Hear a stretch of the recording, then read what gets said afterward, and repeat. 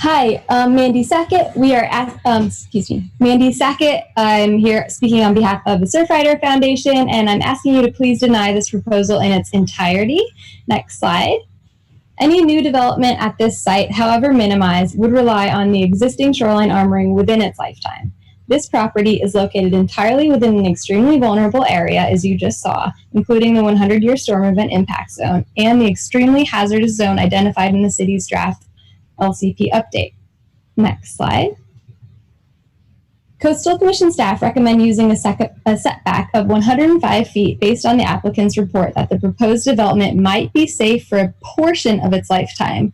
However, the applicant's report states that to be safe for its entire lifetime without relying on shoreline armoring, a development would have to be set back by 180 feet without relying on and perpetuating that existing seawall for at least 75 years. And Coastal Commission staff geologists opine that the applicant's number of 180 feet might even be vastly underestimated.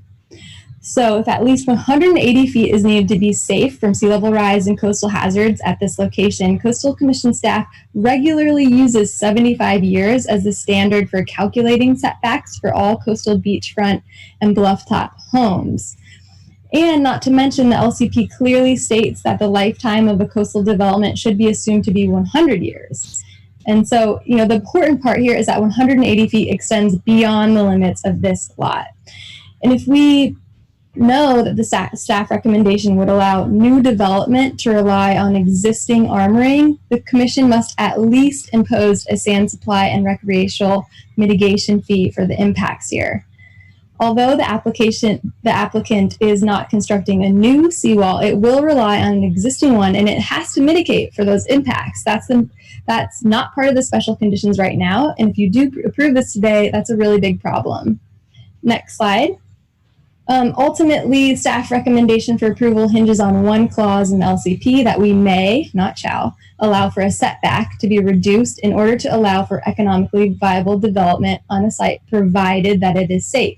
But we know beyond the shadow of a doubt that even with the staff recommended setback, it will not be safe within its lifetime of 75 years at least. Setback requirements need to be honored and enforced consistently in a way that respects the beaches and the public's constitutionally protected right to enjoy them. If we allow all new development and redevelopment to allow on existing seawalls, we're condemning over 140 miles or more of our coast that is already armored with no hope that it will ever be removed because newer and newer development is relying on it. Where does that end? This is a major loophole in the Coastal Act that we must not create. Next. Just 5 seconds to wrap up. Please deny the de novo staff recommendation. If you do approve this development, please keep the staff recommendation intact and add on sand supply and recreational mitigation fee that should be applied here. Thank you very much. Thank you, Ms. Sackett.